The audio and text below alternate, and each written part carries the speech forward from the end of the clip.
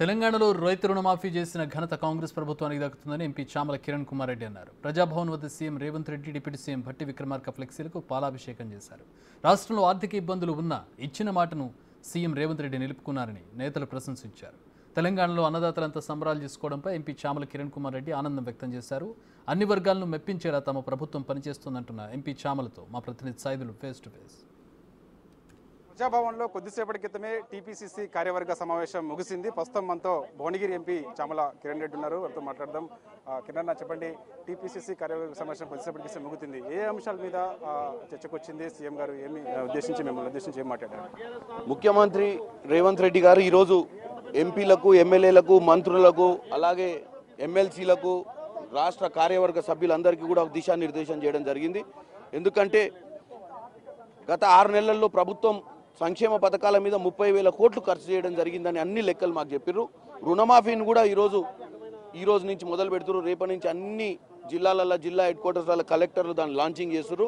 రుణమాఫీ 5 కూడా చాలా క్లారిటీ తోటి నిన్న కూడా మా పిఆర్ఓలు, మాకు సంబంధించిన స్పోక్స్ పర్సన్స్, లీడర్లు మాట్లాడడం జరిగింది. కానీ ఇన్ని పథకాలు చేస్తున్నటువంటి కాంగ్రెస్ పార్టీపై బురద చల్లాలే, ప్రజలను కన్ఫ్యూజ్ చేయాలన్న ఆలోచనతోటి బీఆర్ఎస్ పార్టీ నాయకులు హరీష్ రావు గారు, కేటీఆర్ గారు ప్రజలను తప్పుదోవ పట్టే ప్రయత్నం చేస్తున్నారు.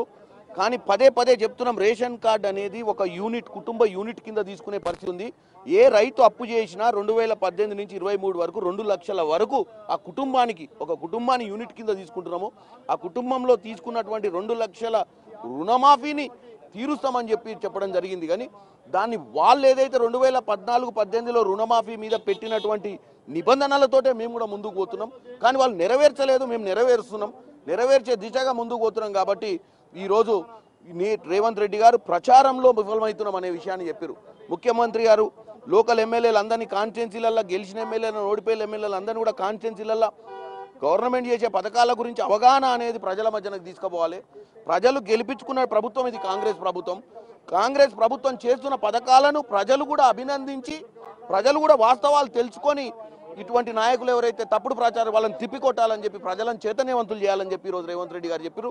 మా ఎంపీలకు కూడా మీరందరూ భారతదేశ వ్యాప్తంగా ఈరోజు తెలంగాణలో 6 నెలల్లో ఇన్ని మంచి పథకాలు చేస్తున్నటువంటి తెలంగాణను కూడా, తెలంగాణ జరుగుతున్న పథకాలు కూడా మీరు రేపు జరుగుతున్న పార్లమెంట్లలో చర్చ చేయాలి.